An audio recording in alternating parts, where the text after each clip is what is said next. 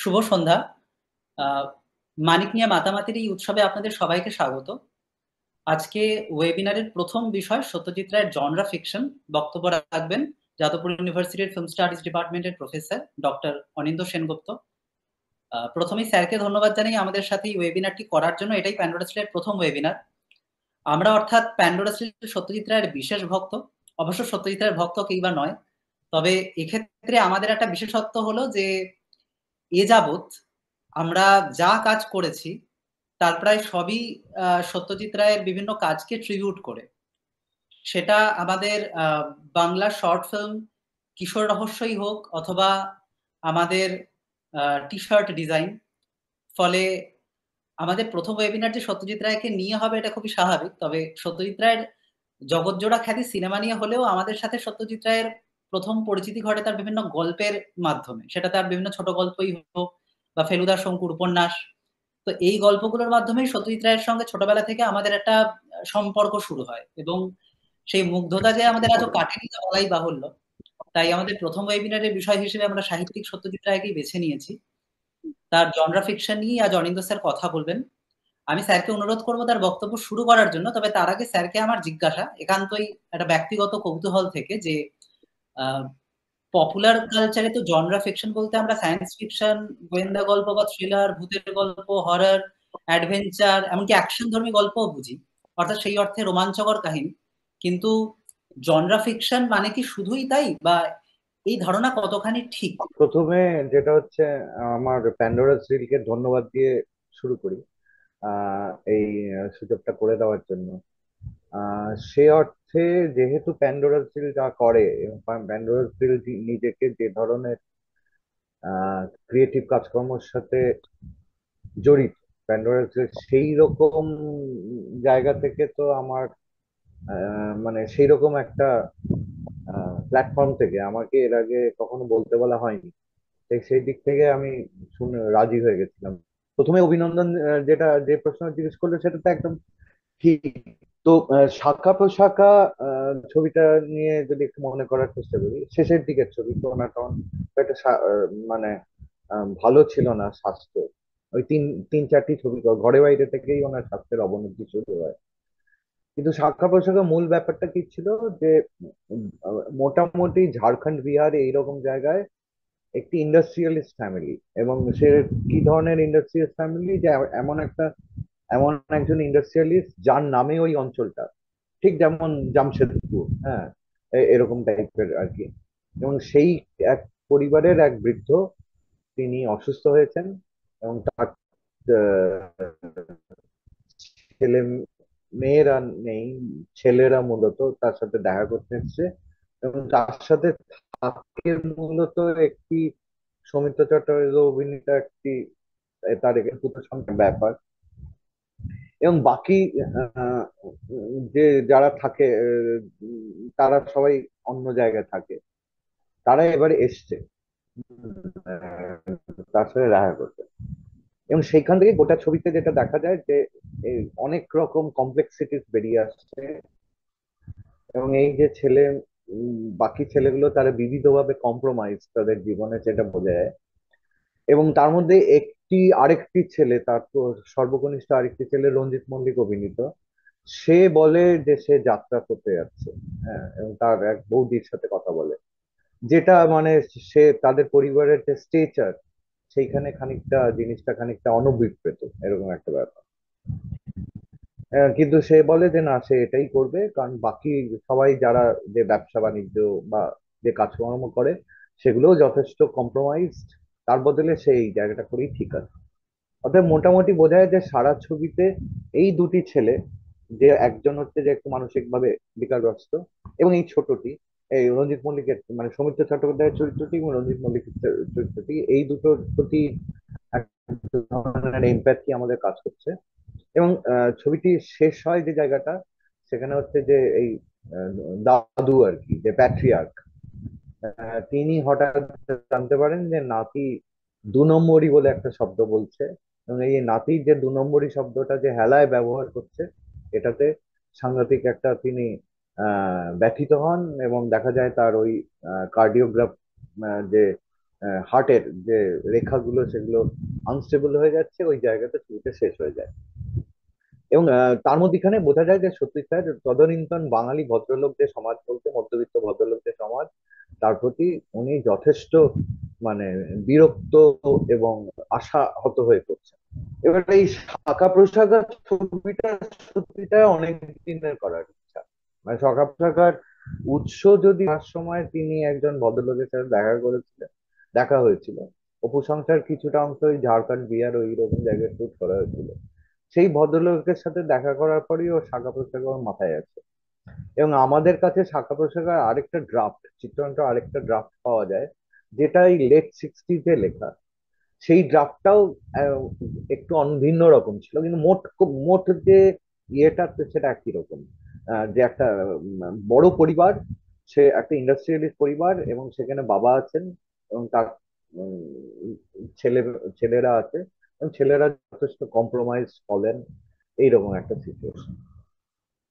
অর্থাৎ সত্যিটার শেষ দিকের ছবিগুলোতে সত্যিটায় প্রচন্ড ভাবে বাঙালি মধ্যবিত্ত নিয়ে হতাশান্বিত হয়ে পড়েছিলেন, এবং সাংঘাতিক ব্লিক একটা ওয়ার্ল্ড ভিউ, যেটা একদম আমার মনে হয় চূড়ান্ত ছবিটার জনরণ্য। জন্য সাংঘাতিক ডার্ক একটি ছবি, এবং জনরণ্য থেকে টানা সত্যিটায় যে ছবিগুলো করেছেন সেখান থেকে একটা প্রচন্ড সেন্স অফ, যেটাকে বলে সেন্স অফ ডেসপন্ডেন্সি, একটা সেন্স অফ আর্জেন্সি, এটা ওনার মধ্যে খুব দেখা দেয় ইত্যাদি। এবার 1978 সালের আরেকটি উপন্যাস হচ্ছে ফেলুদার, সেটা হচ্ছে ছিন্নমস্তার অভিশাপ। আমরা যদি একটু মনে করার চেষ্টা করি তাহলে বুঝতে পারবো যে ছিন্নমস্তার অভিশাপ আর শাখা প্রশ্নের গল্প একদম এক। ছিন্নমস্তার অভিশাপও হচ্ছে হাজারিবাগের কাছে একটি ব্যারিস্টার, একটি নামকরা প্রথিতযশা ব্যারিস্টার, এবং সেই ব্যারিস্টারের বেশ কিছু সন্তান আছে, পুত্র সন্তান। এবং ইন্টারেস্টিংলি একজন পুত্র সন্তান সে ছোটবেলা থেকে হারিয়ে গেছে, সে নিরুদ্দেশ হয়ে গেছে। এবং মনে হয় যেন আমরা গল্পটার মধ্যে যত যাই, যে এই যে পিতা, যার নাম ছিল মহেশ চৌধুরী, সে বোধহয় বুঝতে পেরেছে যে সে বোধহয় তার হারিয়ে যাওয়া সন্তানের খোঁজ পেয়েছে। এবং গোটা গল্পটা একটু কাট ইট শর্ট, যেটা দাঁড়ায় যে আম, যেই মুহূর্তে মহেশ চৌধুরীর জ্যেষ্ঠ পুত্র বুঝতে পারে যে বাবা হয়তো ছোট ছেলের হারিয়ে যাওয়া ছোট ছেলেটির সন্ধান পেয়েছে, তখন বাবা হয়তো তাকে তার সম্পত্তি দিয়ে যাবে ইত্যাদি। এবং সেখানে একটি দৃশ্য আছে, একটি পিকনিকের দৃশ্য। ইয়েতেও শাখা প্রশাখাও একই রকম একটা পিকনিকের দৃশ্য ছিল। এবং সেই পিকনিকের দৃশ্যতে আমরা পরে জানতে পারি যে এই ছেলেটি, সে একরকম ভাবে তার বাবাকে এমন একটি জিনিস মনে করিয়ে দেয়, যেটা বাবার কাছে সাংঘাতিক শখ একটা আসে, এবং তাতেই ওনার একটা বড় স্ট্রোক হয়, এবং স্ট্রোকের পরে ওনার মৃত্যু হয়। যাই হোক, আমি ওই গল্পটার মধ্যে যাচ্ছি না।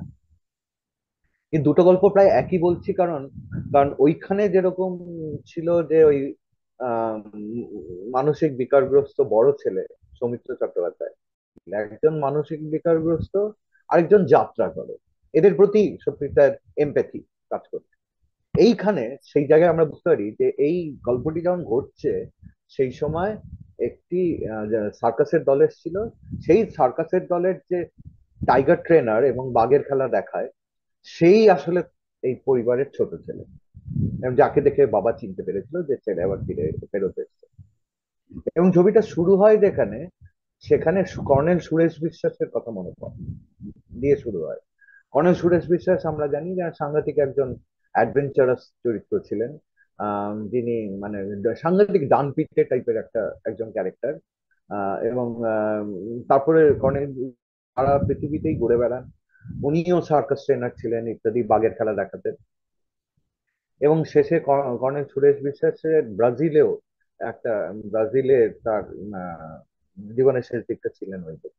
সেই সুরেশ বিশ্বাসের কথা মনে পড়ে, এবং সেখানে কতগুলো ডায়লগ আছে, সেখান থেকে আমরা পরিষ্কার বুঝতে পারি, এখন বুঝতে পারি, তখন পড়েছিলাম তখন তো খুবই ছোট ছিল, এটা একটা সিরিয়াস মন্তব্য করছেন সত্যিটা বলতে, যে এই যে ঊনবিংশ শতকের আহ বেঙ্গল রেনেসা তথাকথিত, সেই বেঙ্গল রেনেসার ফলে যে আধুনিকতার সাথে আমাদের মোলাকাত হয়, সেই আধুনিকতার মোলাকাতের ফলে দু ধরনের আধুনিকতা, দু ধরনের আধুনিকতা আমরা দেখতে পেয়েছি না। যে ধরনের আধুনিকতা ক্ষমতার কাছাকাছি, মানে যারা আম, ধরা যাক বিরাট রাজনৈতিক নেতা, অ্যাডমিনিস্ট্রেটর, ব্যারিস্টার, এবং তারপরে শিল্পী, লেখক, এদের কথা এদের কথা যারা মনে করে দিয়েছেন, মানে অর্থাৎ যাদের কাজে জাতি গঠনের কৌলিন্য আছে, তাদের কথা আমরা মনে রেখেছি। কিন্তু আরেক ধরনের আধুনিকতা আছে, যেটা কর্নেল সুরেশ বিশ্বাস যে ধরনের আধুনিকতা, যেটা শিয়ার অ্যাডভেঞ্চারের আধুনিকতা। অর্থাৎ একটা বাঙালি যুবক, মানে যে ধরনের চরিত্র আমাদের চাঁদের পাহাড়ের শঙ্করের মতো আর কি, তাদের কথা কিন্তু আমরা ভুলে গেছি, এবং তাদের কথা কিন্তু অবহেলিত অবহেলিত হয়েছে। এবং আমরা যে আমাদের যে একটা স্বভাব আছে যে সত্যিটাকে বেঙ্গল রেনেসাঁস শেষ শেষ সন্তান ইত্যাদি ইত্যাদি বলা, যেটা সেই 1992 সালেই উৎপল দত্ত, মানে সত্যিটা যে মারা গেছিলেন যে বছরে, সেই বছর উৎপল দত্ত একটা বক্তৃতা দিয়ে বলেছেন যে এইটা বলা একদম উচিত না, এটা ঠিক না। সত্যিটায় তার জীবনের প্রায় প্রথম থেকেই বেঙ্গল রেনেসাঁ জিনিসটাকে যথেষ্ট ক্রিটিক্যালি দেখেছেন। হ্যাঁ, একদম। যাই হোক, সেটা বাঙালির দরকার। ওটা মানে সত্যিটাই নিজে যাই করুন না কেন, বাঙালির ওইটা ওইটা দরকার বলে বাঙালি দেখেছে। কিন্তু এই দরকারের ভিত্তিতে যেটা হচ্ছে, বলছে এই যে বাঙালির, আমরা বাঙালি টাইপের যে আহ, মানে শ্রেষ্ঠ বাঙালির সন্তান বলে যে ক্যাটালগটা, সেই ক্যাটালগে কর্নেল সুরেশ বিশ্বাস কোনোদিন পড়বে না। কারণ কর্নেল সুরেশ বিশ্বাস এ অর্থে তার যে খ্যাতি ইত্যাদি, সেটার কোনো কালচারাল ভ্যালু নেই। এবং সত্যিটাই এই গল্পে এত রোমান্টিক ওই ক্যারেক্টারটা, ওই কারান্ডিকার যার নাম ছিল, হ্যাঁ, যে ছোট ছেলে, তার প্রতি সম্পূর্ণ সিম্প্যাথি দিয়ে সত্যিটাই বুঝিয়ে দিয়েছিলেন যে তথাকথিত বেঙ্গল রেনেসা এবং বেঙ্গল রেনেসার যে ঐতিহ্য, ভদ্রলোক ঐতিহ্য এবং তাদের যে কৌলিন্য, সেটার প্রতি তার কোনো আশা ভরসা আর নেই। এই ছবিতে সেই বেঙ্গল রেনেসা, ভদ্রলোক ইত্যাদি যে এলিট সমাজ, সেটা সম্পূর্ণ প্রতিবিম্ব হয়ে দাঁড়ায় এই পরিবারটি, এবং সেই পরিবারটি থেকে ছিটকে বেরিয়ে যায় এই ছেলেটি। শুধু এই ছেলেটি নিয়ে আরো ব্যাপার আছে, আমি সেটাও বলছি একটু পরে। আমার মতে শাখা প্রশাখায় সত্যিটাই যেটা করতে চাইছেন, যে জিনিসটা বলতে চাইছেন, সেটা শাখা প্রশাখা ছবিটা করারই দরকার ছিল না আসলে। কারণ শাখা প্রশাখায় যেটা উনি করতে চাইছেন, সেটা আরো জোরালো ভাবে উনি ছিন্নমস্তার অভিষেকে করেছেন। কারণ শাখা প্রশাখায় উনি যেটা করতে পারেননি, শাখা প্রশাখার একদম শেষ দৃশ্যটা আমি যখন দেখেছিলাম প্রথমে, তখন আমি একদমই বালক টাইপের একটি চরিত্র আর কি, কিন্তু তখনই যে অত কিছু বোঝে টোঝে না, আমার খানিক ন্যাকা লেগেছিল। ঠিক আছে, ওই যে লাস্টে 2 নম্বরই বলছে, নাতি 2 নম্বরই বলছে, এখন সোহম, মানে আমাদের হিরো সোহম যে ছিল, সে তখন বলছেন, দাদু আমি 1 নম্বরই দেখেছি, 2 নম্বরই। এই 2 নম্বরই দেখে দাদু একদম হায় রে কি শুনলাম বলে একদম হার্ট অ্যাটাক হওয়ার জোগাড়। আমার মনে হচ্ছিল এগুলো একটু ন্যাকা। তার কারণটা হচ্ছে দাদু জানে না যে যে তার ছেলেরা কি করে, কি পরিবেশ সেখানে, এবং সেখানে যে এই নাতি যে এটা জেনে জেনে যায়। অতএব দাদুর প্রতি যে সত্যিকার এমপ্যাথি, সেই এমপ্যাথিটা আমার একটু মনে হয়েছিল একটু দুর্বল। কিন্তু তার বদলে ছিন্নমস্তার হিসাবে উনি কি করলেন, ছিন্নমস্তার হিসাবে এই যে মহেশ চৌধুরী বলে যে প্যাট্রিয়ার, তাকে তার ছেলে ছেলে কি মনে করে দিয়েছিল। ফার্স্ট অফ অল, ছিন্নমস্তার হিসাবে এমন একটা ক্রাইম আছে যেটা কিন্তু সাংঘাতিক ক্রাইম, যেটা হচ্ছে প্যাট্রিসাইড। প্যাট্রিসাইড মানে পিতৃহত্যা, মানে এটার মতো সাংঘাতিক ক্রাইম হয় না। ঠিক হত্যা ওখানে হয়নি, কিন্তু প্রায় হত্যার সমান একটা জিনিস ঘটেছিল সেখানে। এই বড় ছেলে বাবাকে একটা জিনিসই মনে করিয়ে দিয়েছিল, যে আমার মনে আছে তুমি কি করেছিলে ওয়েন ইউ আর ইয়াং, কি করেছিলে। অর্থাৎ কি বেরোয় সেখানে, বেরোয় যে উনি মাতাল ছিলেন, সাংঘাতিক রকচটা মানুষ ছিলেন, উনি একজন খুব নামকরা ব্যারিস্টার ছিলেন, সাংঘাতিক প্রতিপত্তি, সাংঘাতিক তার প্রেস্টিজ। কিন্তু যা উনি একজন ওনার দীনদয়াল নামে নামে ওনার এক চাকর ছিল, তাকে পিটিয়ে মেরে দিয়েছিলেন। তার কারণটা হচ্ছে চাকরটি আরেকটা অবলা প্রাণী, তার একটা কুকুর, তাকে মেরে ফেলেছিল। এইরকম একটা সাইকেল অফ ভায়োলেন্স আছে। এবং অর্থাৎ সেইখানে বোঝা যায় যে সবচাইতে সতীটা এবং সবচাইতে আক্রমণ করেছিলেন ওই প্যাট্রিয়ার্কে, ওই যে প্যাট্রিয়ার্কে তাকেই সবচাইতে আক্রমণ করেছিলেন। যে তার এই যে প্রতিপত্তি এবং তার যে খ্যাতি ইত্যাদি ইত্যাদি, তার ঐতিহ্য, সেটা কিন্তু একটা ভায়োলেন্সের উপর দাঁড়িয়ে, যে ভায়োলেন্সটা কিন্তু ক্লাস ভায়োলেন্স। হ্যাঁ, অর্থাৎ একজন গরিব, ঝাড়খণ্ড বিহারের একজন গরিব আহ, মানুষকে, যে তার তথাকথিত তার চাকর, হ্যাঁ, তাকে উনি এরকম ভাবে ভয়ঙ্কর ভাবে পিটিয়ে মেরে ফেলেন মাতাল হয়ে। অর্থাৎ সত্যিটা এখানে বলছে যে এই যে ভদ্রলোক ঐতিহ্য, সেই ভদ্রলোক ঐতিহ্যের ভিতটাই হচ্ছে এক ধরনের ভাইলেন্স। এবং এইরকম এ তো সাংঘাতিক একটা ব্যাপার আর কি, হ্যাঁ মানে এরকম ভাবে বলা। এবং সেখানে অর্থাৎ সত্যিটাই প্রথমে উনি পুরো বাঙালির ভদ্রলোকের ঐতিহ্যকে একটা ধূলিসাৎ করে একটা যে কারান্ডিকার মতো ক্যারেক্টার, বাঘের ট্রেনার তার প্রতি রেখে, তারপরে উনি হচ্ছে যে প্যাট্রিয়ার তার যে আহ, ইয়েটা কি বলে, তার ভিতটাও যে ভায়োলেন্সের উপর সেটাও উনি দেখালেন। এবং তারপর দেখেন যে যে যে ছেলে দুটি আছে সেই ছেলে দুটো সাংঘাতিক মরালি কম্প্রোমাইজ।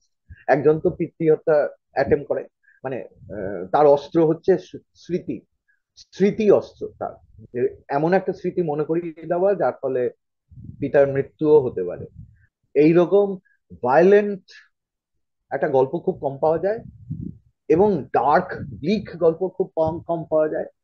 আমি যেটা বলতে চাইছি, যেটা ওই প্যান্ডোরাস রিলের মতো জায়গাতেই বলা যায়, অন্য জায়গায় বলা যায়, আমি এটা নিয়ে অন্য জায়গায় লিখেছি, যে শাখা প্রশাখার যে মোড, অর্থাৎ হচ্ছে এক ধরনের সিরিয়াস আর্ট ফিল্ম করা, সেখানে কিন্তু এই ভায়োলেন্স গুলো অ্যাকোমোডেট করা যেত না, এই ভায়োলেন্সের গল্পগুলো অ্যাকোমোডেট করা যেত না। তার সাথে যে সাংঘাতিক রোমান্টিক ক্যারেক্টার আছে ওই কারান্ডিকারে, হ্যাঁ, যেটা ছোট্ট ছেলে, তার গল্পটাও অ্যাকোমোডেট করা যেত না।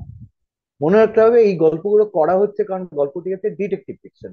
ডিটেকটিভ ফিকশনের মধ্যে ক্রাইম একটা অবশ্যম্ভাবী একটা এলিমেন্ট, এবং ক্রাইমের ফলে যে ক্রাইম থাকার জন্য এবং এক ধরনের ভায়োলেন্সের গল্প থাকার জন্য সত্যিটাই এখানে এরকম ভাবে নির্মম ভাবে এবং প্রচন্ড কড়া ভাবে বাঙালি ভদ্রলোকের যে ক্রিটিকটা পেশ করেন, সেই ক্রিটিকটা কিন্তু শাখা প্রশাখায় অনেকটাই মানে মোলায়েম এবং নরম হয়ে গেছে।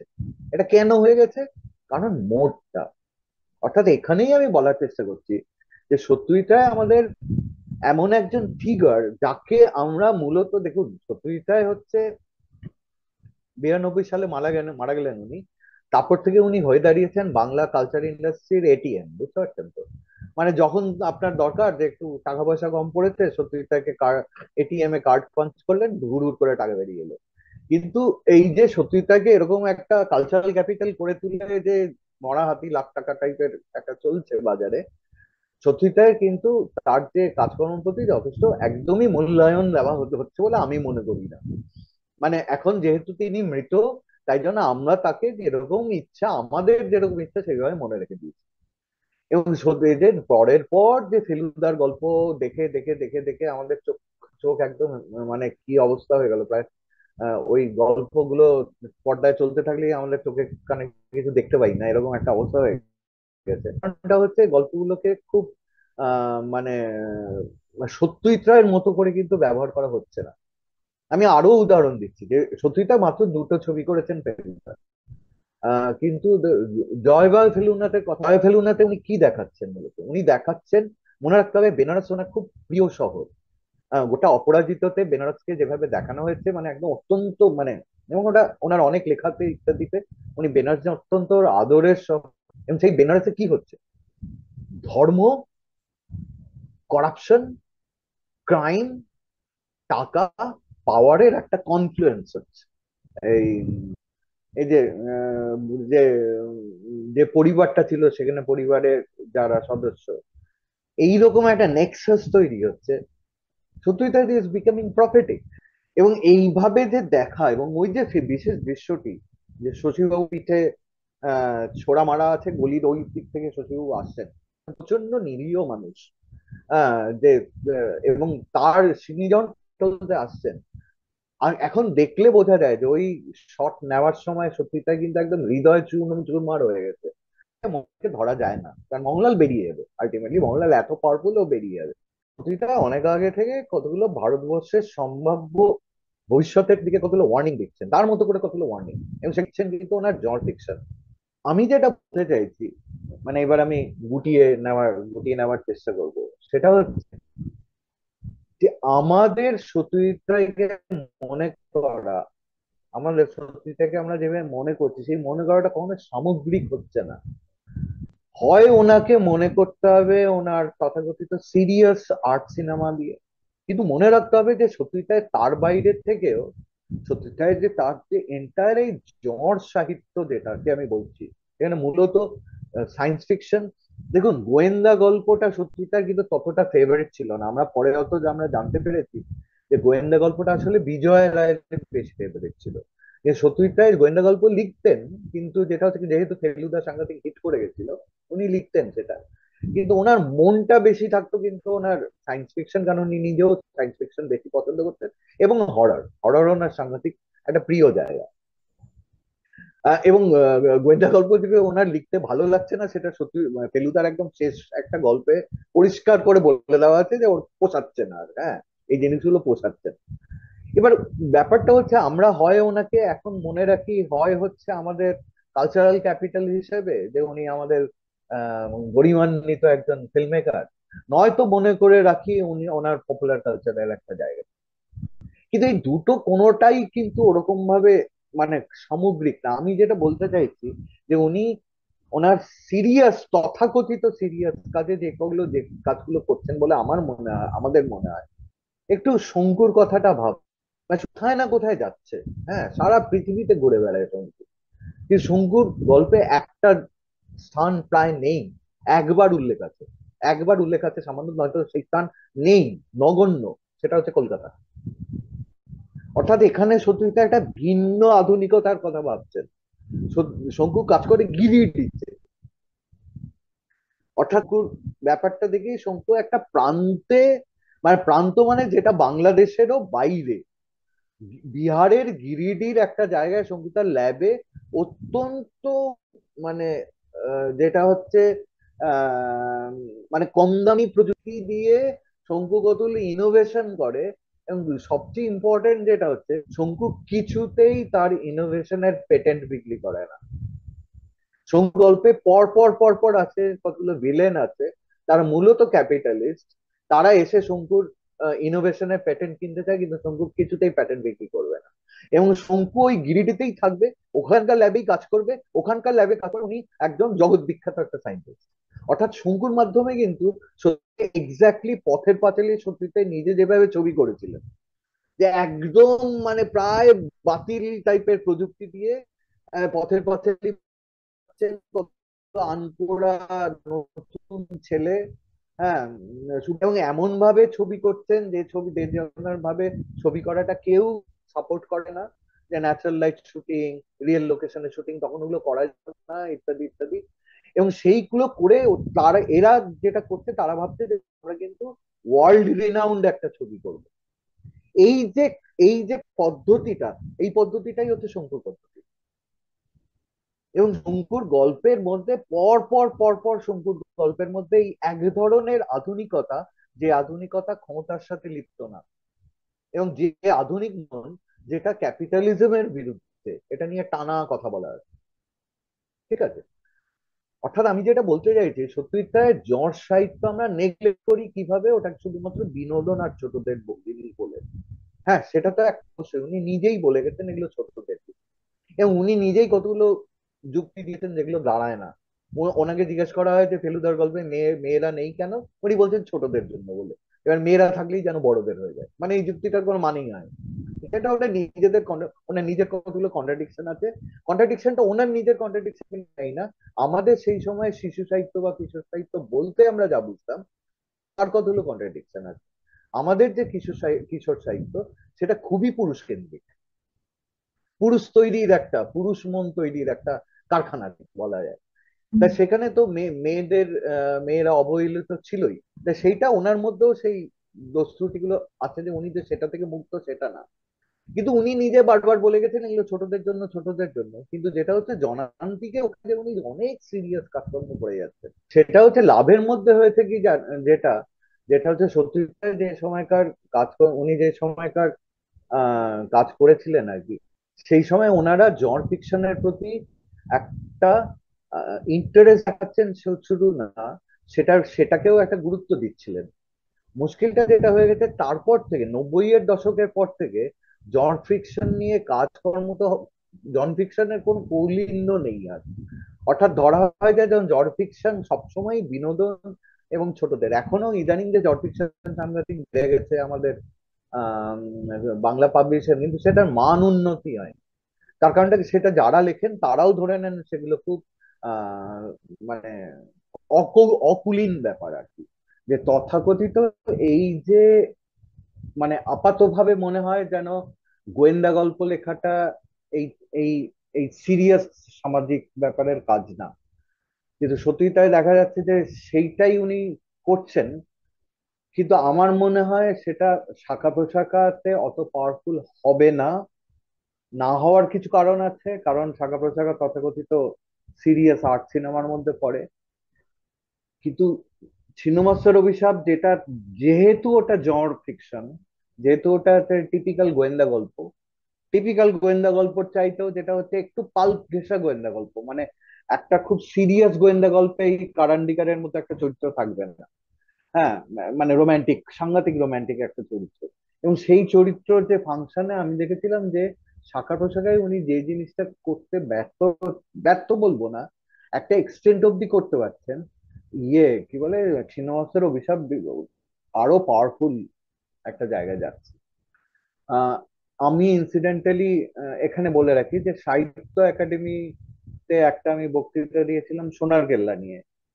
এবং সোনার কেল্লাতে ওখানে আমি যা বলেছিলাম সেটা আজকে আমি আর রিপিট করবো না, তাহলে আবার আপনাদের আরেকদিন শিডিউল করতে হবে, দরকার নেই। হ্যাঁ, সেইখানে আমি বলতে চাইছিলাম যে যা বলতে চাইছিলাম সেটা ওখানে বিদগ্ধ যারা শ্রোতা ছিলেন তারা একদম মানেননি। তারা বলেছিলেন যে এটা হতে পারে না টাইপের একটা। যাই হোক, সেটা একটা অন্য এক্সারসাইজ। কিন্তু যেটা হচ্ছে আমি বলেছিলাম যে সোনার কেল্লাতেও একটা সিরিয়াস সাবটেক্সট আছে আমি খুঁজে পাই আর কি। যে জয় ফেলুনাতে কি আমরা দেখতে পাচ্ছি, জয় ফেলুনাতে দেখতে পাচ্ছি যে বেনারস, যে বেনারস কিন্তু সত্যি তার সাংঘাতিক প্রিয় শহর। অপরাজিততে একদম প্রচন্ড যেটা হচ্ছে অ্যাফেকশনেটলি এই শহরটাকে দেখানো হয়েছে। এবং সেখানে দেখানো হচ্ছে যে যে হরিহর মারা যাচ্ছে তৎসত্ত্বেও সেই মৃত্যুর টা অপুকে শোক স্তব্ধ করে দিচ্ছে না। সেটার পিছনে একটা ওই ওই মানে একটা বাচ্চা ছেলে যেভাবে একটা নতুন জগৎকে দেখে সেরকম ভাবে এক্সপ্লোর করতে করতে আস্তে আস্তে ওর পিতৃ শোক হিল করে যাচ্ছে, এরকম একটা সুন্দর জায়গা একটা তুলেছিল। তা সেই শহরটা ওনার খুব প্রিয় শহর, কিন্তু সেই শহরেই উনি একটা সাংঘাতিক ডার্ক একটা গল্প বলছেন জয়া ফিলোনাতে। এবং আমি যেটা বলতে চাইছিলাম যেটা একদম আউট ফোর্থরাইট পলিটিক্যাল, কারণ আমার মনে হয় সত্যজিৎ রায় মোটামুটি আহ, শেষের দিকটা অত্যন্ত রাজনৈতিক ছবি বানাতেন। কিন্তু আমরা রাজনৈতিক ছবি বলতে যেটা বুঝি সেরকম, it doesn't didn't subscribe to that platform. কিন্তু ওটা একটা রাজনৈতিক ছবি তো বটেই। উনি দেখাচ্ছেন সেই এত বছর আগে, প্রায় 50 বছর আগে, যে বেনারস ওনার অত্যন্ত প্রিয় শহর, সেটা is a is becoming a nexus between crime, corruption and religion. Hindu ধর্ম, একটা করাপ্ট হিন্দু ধর্ম, একটা করাপ্ট মানে ক্রিমিনাল নেক্সাস। এবং আরো যেটা ব্যাপারটা হচ্ছে যে এই ক্রিমিনাল নেক্সাসটা এতটাই পাওয়ারফুল। আমরা জানি যে মোহনলাল মেঘরাজকে আপাতভাবে ধরলেও মোহনলাল মেঘরাজ কোনোদিনই সম্পূর্ণ শ্রীগড়ে যাবে না। Mohanlal Meghraj stands for a huge Nexus of power, যেটা কমপ্লিটলি কখনোই পুরোপুরি বাজেয়াপ্ত করা সম্ভব না। আমরা আমরা জানি মোহনলাল মেঘরাজ আবার ধীরে ধীরে আসবেন ওনার গল্প। তো এইখানে এবং বিশেষ করে ওই দৃশ্যটা যেখানে শশীবাবু গলির মধ্যে অন্ধকারে সিলুয়েট হয়ে ছুরি, মানে তার পিঠে ছুরি লাগা আছে, সেটা সত্যি তাই করতে খুব অসুবিধা হয়েছে, মানে খুব কষ্ট হয়েছে আর কি, বোঝা যায়। কিন্তু আমার মনে হয় উনি অলরেডি উনি ওনার জন ফিকশনকে কাজে লাগে উনি কিন্তু কতগুলো মেসেজ দিতে আরম্ভ করেছিলেন আগামীর ভারতবর্ষে। কারণ সত্যি তাই কিন্তু মানে অনেক বামপন্থী ফিল্ম মেকার আছেন, তাদেরটাই তো সত্যি তাই টানা বলে গেছেন যে এক ধরনের সাম্প্রদায়িক দক্ষিণপন্থী ভারতবর্ষ আসছে, এবং সেটা কিন্তু ভারতবর্ষের পক্ষে ভালো না। আহ, আমরা যখন আমার ছোটবেলা মূলত 80-র দশক, এবং তারপরে মানে যৌবন 90 দশকের মধ্যে দিয়ে যায়। নব্বইয়ের দশকের বাংলা যে সংস্কৃতিতে, সেখানে আমরা হঠাৎ একটা বিভাজন দেখতে পাই, যে বিভাজনটা আমার মনে হয় আগে ছিল না। অর্থাৎ যে বিভাজনে মনে করা হয় যে তথাকথিত সামাজিক সাহিত্য হচ্ছে সিরিয়াস সাহিত্য, এবং জড় ফিকশন সেটা যথেষ্ট সিরিয়াস নয়।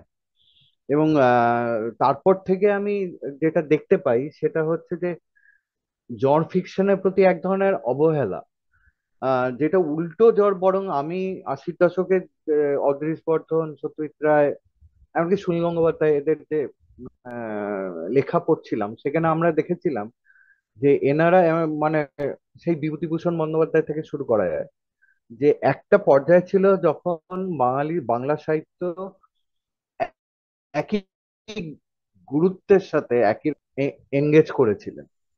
এইখানটাতে একটা ডিপ সিটেড ক্রাইসিস দেখা দিয়েছে নব্বইয়ের দশকে, দশক থেকে।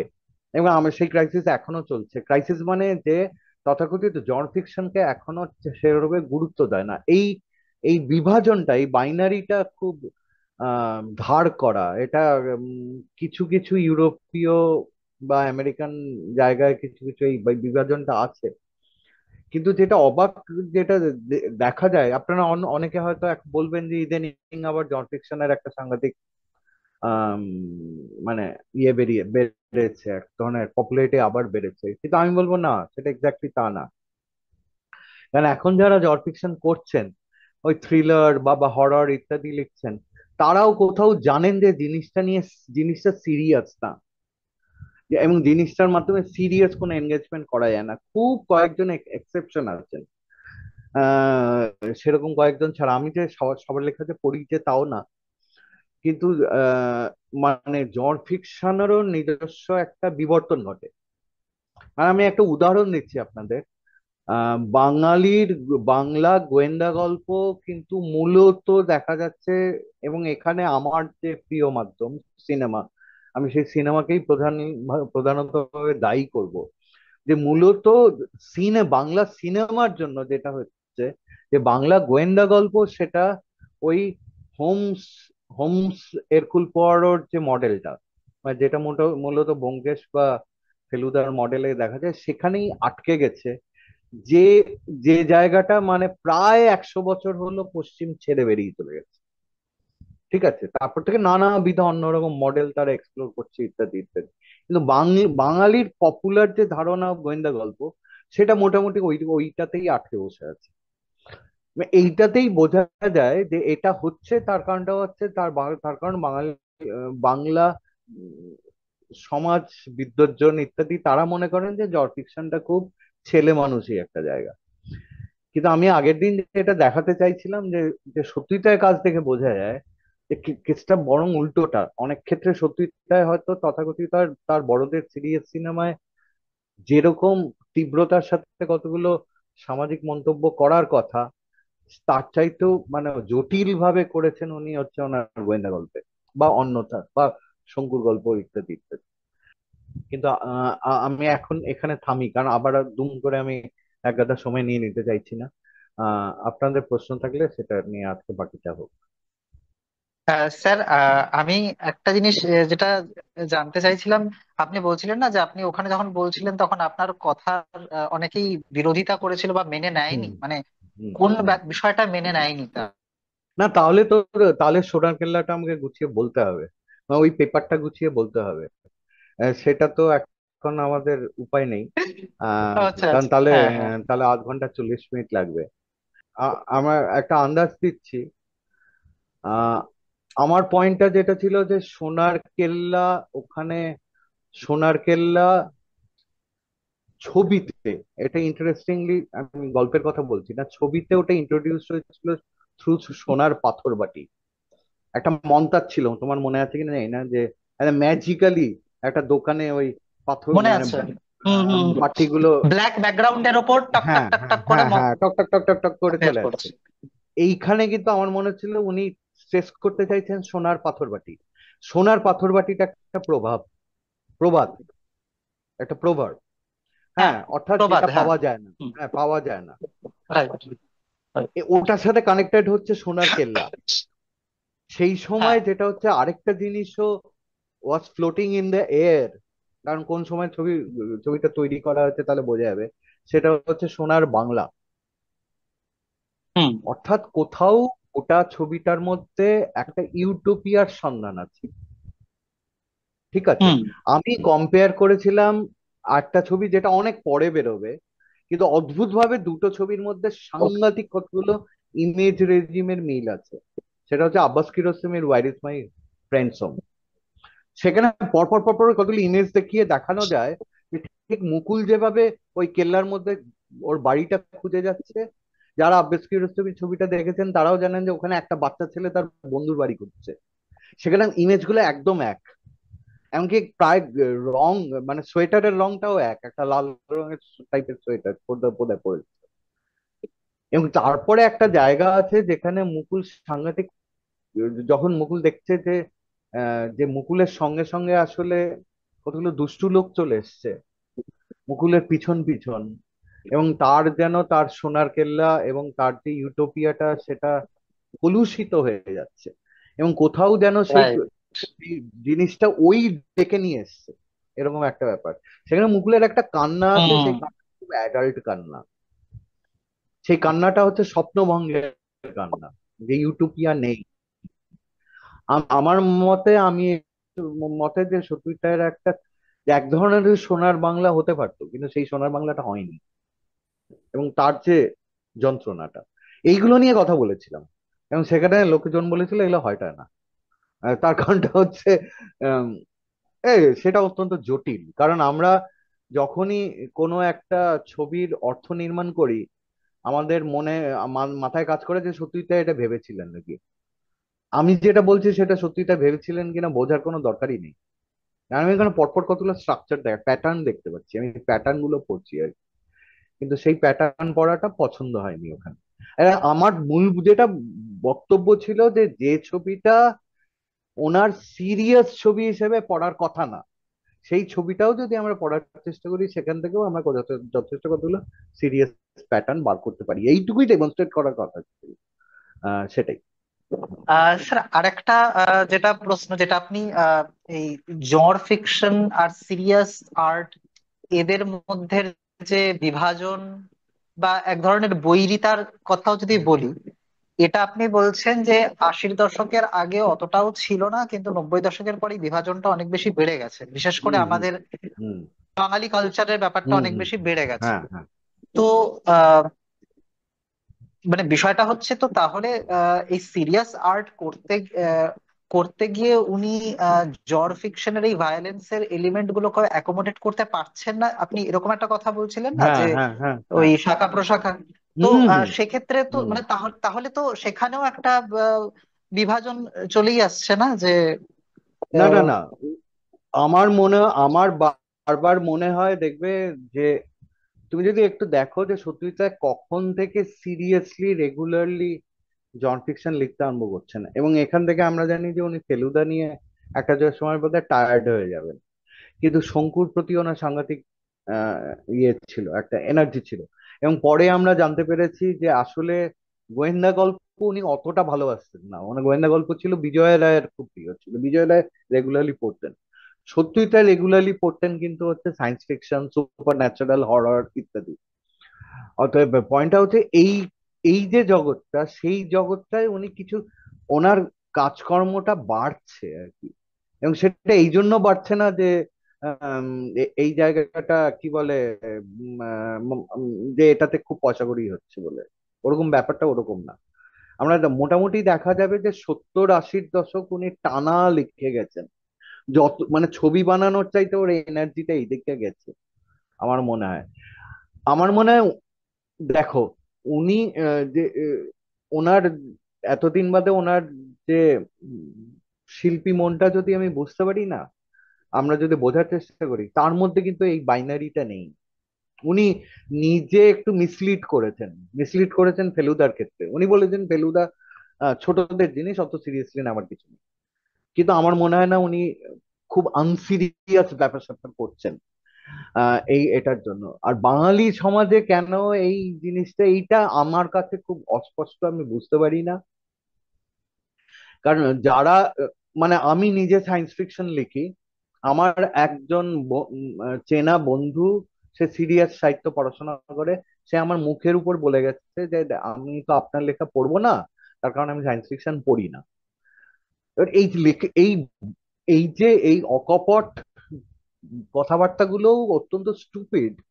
কারণ তারা কিন্তু তারা তার মানে ফিলিপ কে ডিক পড়েনি, তার মানে তারা 88 ক্লাস পড়েনি, তার মানে তারা ইদানিংকার বহু সায়েন্স ফিকশন পড়েনি। মানে সায়েন্স ফিকশন নিয়ে যে কতটা সিরিয়াস কাজকর্ম করা যায়, বা হরর নিয়ে কতটা কাজকর্ম করা যায়, ইভেন মানে কি বলে যে মানে পাল্প ফিকশন নিয়ে কত সিরিয়াস কাজকর্ম করা যায়, এটা তারা অবহিতই নন। তাদের ধারণা সিরিয়াস জিনিসটা শুধুই সামাজিক এক ধরনের ইন্টেলেকচুয়াল জিনিস হয়। এই যে এই বিভাজনটা মূলত হয়েছে কারণ বাঙালি প্রচন্ড কৌলিন্যকামী। তাদের মনে হয় যে মানে যে যে আর কি জন ফিকশন চর্চা করে সারা জীবন ধরে মন দিয়ে, সে ততটা কুলীন নয়। এই এই ধরনের কতগুলো সেকেলে আইডিয়াটা আছে বলেই আমার মনে হয়। একজন লিখেছেন জন ফিকশনের পপুলারিটি কম হওয়ার জন্য কি post 1990 economic liberalisation is a reason.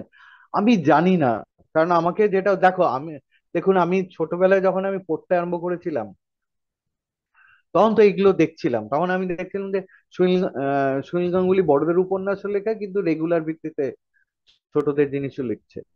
আহ, আমি একজনের নাম করতে পারি যে যার নাম হয়তো এখানে অনেকের মনে আছে বা ইত্যাদি। আমি নিজে একজন ব্যক্তিকে সাংঘাতিক সম্মান করি আর কি, তার নাম শৈলেন ঘোষ, যিনি ছোটবেলা থেকে রূপকথা ধর্মী লিখতেন, অরুণ বরুণ কিরণমালা, টোড়ার বাদশা ইত্যাদি। আ- আমাদের চোখের সামনেই 80-র দশকে শৈলেন ঘোষের লেখাগুলো আস্তে আস্তে প্রচন্ড ডার্ক আর সিরিয়াস হয়ে গেছিল। মানে রূপকথাই লিখতেন উনি, কিন্তু উনি আনন্দমেলাতে লিখতেন। সেটা পিরামিডের দেশে বলে একটা গল্প বেরিয়েছিল আমার মনে আছে, ওটা এত ডার্ক ছিল যে আমি সেই ছোটবেলায় আমি ভয় লেগে গেছিল, আমি তারপরে আমি শৈলেন ঘোষের লেখা পড়তে পারতাম না ভয়ে। অর্থাৎ এরকম দৃষ্টান্তও আছে যারা কিন্তু ওই তথাকথিত জট ফিকশনই করে গেছেন, কিন্তু সেইটা সিরিয়াসলি করে গেছেন। এবার জট ফিকশন জিনিসটাকেই যদি আমি নট সো সিরিয়াস ভাবি, তাহলে এই লোকগুলোর অবদানগুলো আমাদের চোখে পড়বে না। এটাই বলার কথা। এই যে ইকোনমি লিবারালাইজেশন রিজন নাকি আপনি যেটা প্রশ্নটা করছেন, সেটা করতে গেলে অনেকটাই মানে আমার মনে হয় জিনিসটাকে গবেষণা করতে হবে। আমার কাছে সেইটার উত্তরটা খুব একটা নেই। তবে আমার মনে হয় যে 90-এর দশক থেকে বাংলা সাহিত্য, বাংলা শিল্প সাহিত্য গোটা জিনিসটারই একটা সাংঘাতিক ডিজেনারেশন হয়েছে মনে হয়। আর মনে হয় এটা ডিজেনারেশনের লক্ষণ, এটা বৌদ্ধিকতার অভাব। কারণ ফ্র্যাঙ্কলি স্পিকিং, আমি যদি একটু আদতে যাই যে সামাজিক সাহিত্য কি ধরনের আধুনিকতার কথা বলে, জন ফিকশন কি ধরনের আধুনিকতার কথা বলে, আপনি দেখবেন যে সামাজিক সাহিত্যর যে ধারণাটা, আমি সামাজিক সিরিয়াস সামাজিক সাহিত্য মানে যে ঘন্টার মাথাটা কি আমি এখনো জানি না, হ্যাঁ কিছু একটা আর কি। হ্যাঁ, কিন্তু ওই যে যে ওর যে কনসার্ন গুলো, সেই কনসার্ন গুলো পৃথিবীর আধুনিক সাহিত্যের ইতিহাসে আসতে হচ্ছে ঊনবিংশ শতকের প্রথম দিকে। জর ফিকশন জিনিসটা মানে পরপর পরপর আমি কতগুলো মেজর জরের কথা বলছি: হরর, সায়েন্স ফিকশন, এক ধরনের থ্রিলার, গোয়েন্দা গল্প, স্পাই ফিকশন। হ্যাঁ, এই ধরনের যে জ্বরগুলো, সেই জ্বরগুলো সবকটাই কিন্তু পোস্ট ইন্ডাস্ট্রিয়াল রেভলিউশন। অর্থাৎ ইন্ডাস্ট্রিয়াল রেভলিউশন এখানে এখানে খুব গুরুত্বপূর্ণ একটা জায়গা প্লেস করছে। এবং বিংশ শতকের ইতিহাস, বিংশ শতকের ইতিহাস মূলত দুটো বিশ্বযুদ্ধের সময়, এই সময় দেখা যাবে জন ফিকশনের ফ্লারিশটা হচ্ছে। অর্থাৎ সেই দিক থেকে দেখতে গেলে জন ফিকশন যে আধুনিকতাটা নিয়ে ডিল করে, সেটা আরো বেশি আধুনিক। আর সামাজিক সিরিয়াস সাহিত্য যে আধুনিকতাটা ডিল করে, সেটা আরো আগে। হ্যাঁ, সেটা হচ্ছে এক ধরনের এনলাইটেনমেন্টের পরের যে আধুনিকতা, সেই আধুনিকতা, নগরায়নের যে আধুনিকতা, সেই আধুনিকতা। কিন্তু ইন্ডাস্ট্রিয়াল রিভলিউশন থেকে বিশ্বযুদ্ধ, এই যে সময়টা স্টেজটার যে নতুন আধুনিকতা, সেই আধুনিকতা নিয়ে অ্যাকচুয়ালি ডিল করে জন ফিকশন। কিন্তু বোঝাই যায়, অতএব বোঝে এটা বোঝা যাচ্ছে যে যারাই বিভাজনটা মাথায় রাখেন আর কি, এবং এটা বেশি সিরিয়াস, এটা জুভেনাইল ইত্যাদি বলেন, তারা আসলে এই দ্বিতীয় পর্যায়ের আধুনিকতাটা নিয়ে ডিল করতে পারে না। আহ, কারণটা কি জানি না, কারণটা বললাম তো সেটা গবেষণা লাগবে। হুম। আচ্ছা, ঠিক আমার আছে। একটা প্রশ্ন, অন্য কেউ প্রশ্ন করেনি দেখে আমার হ্যাঁ। একটা প্রশ্ন আছে, আমি সেই জন্য করছি। হয়তো হুম প্রশ্নটা মানে অ্যাকচুয়ালি ডিরেক্টলি রিলেটেড নয় যে আলোচনাটা হুম হচ্ছে হুম তার সাথে, কিন্তু সত্যজিৎ রায় রিলেটেড, এবং আমার বারবার এটা মনে হয়েছে সত্যজিৎ রায়ের যে আমরা ফিল্মোগ্রাফি যদি দেখি তো তাতে প্রচুর গল্প এরকম আছে যেগুলো উনি মানে অন্য লেখকের গল্পকে উনি মানে অ্যাডাপ্ট করেছেন স্ক্রিনে। মানে সেটা পরশ হুম পাথর, কাপুরুষ হুম মহাপুরুষ হলো, মানে এবং হুম এরকম আরো অনেক আছে, জলসা ঘর ইত্যাদি।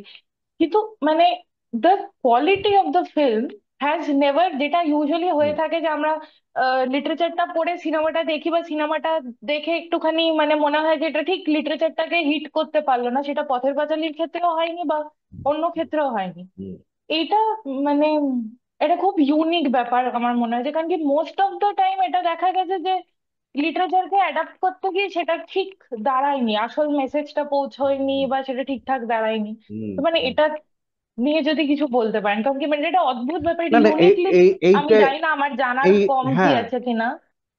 না না না, এইটার তার কারণটা ওর মূলত আমার মনে হয় উনি অ্যাডাপ্টেশনে সবচেয়ে বেশি স্বচ্ছন্দ ছিলেন। উনি নিজে অরিজিনাল গল্প বলার চাইতে অ্যাডাপ্টেশনটা উনি পছন্দ করতেন বেশি।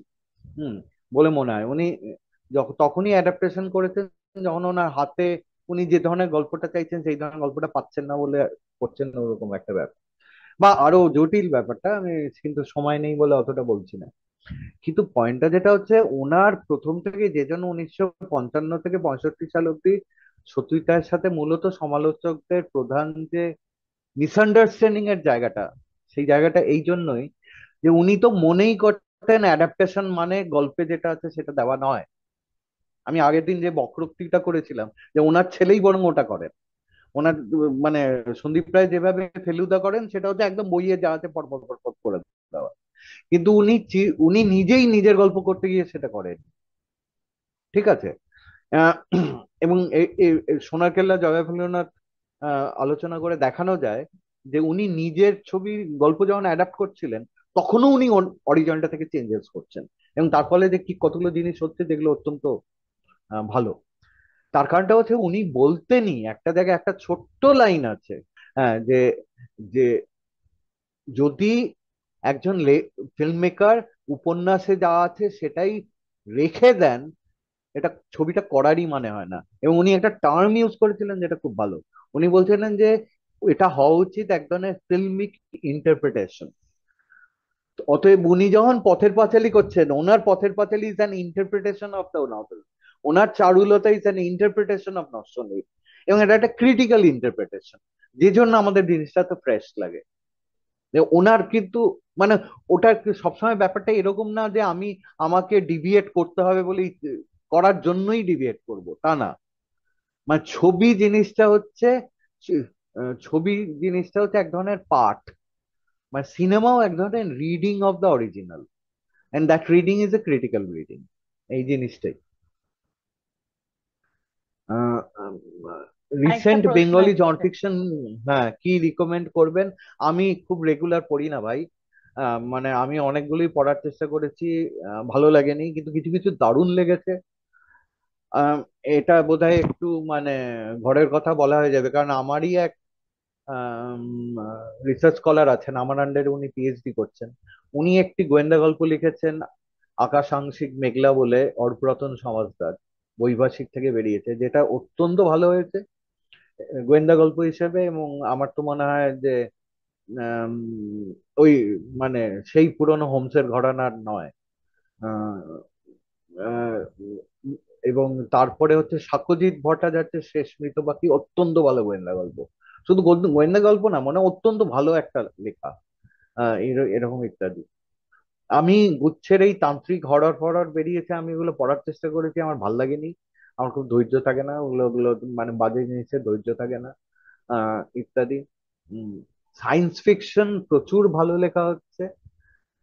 আমার মানে আমি তো নিজেরটা রেকমেন্ড করতে পারি না, কিন্তু আমার যে পাবলিশিং হাউস থেকে বেরিয়েছে কল্পবিশ্ব, সেখানে মানে আরো অনেক আমার লাস্ট বই যেখান থেকে বেরিয়েছে, আরো অনেকের লেখা বেরিয়েছে যেগুলো বেশ উন্নত মানের। ঠিক আছে, তাই জন ফিকশন কিন্তু হচ্ছে, কিন্তু জন ফিকশনের মুশকিলটা যেটা হচ্ছে আমাদের এখানে মানে লেখকদের কিন্তু কোনো অভাব নেই, লেখকরা তাদের কাজ করে যাচ্ছে, কিন্তু আমাদের এখানে রিডিং হ্যাবিট নেই।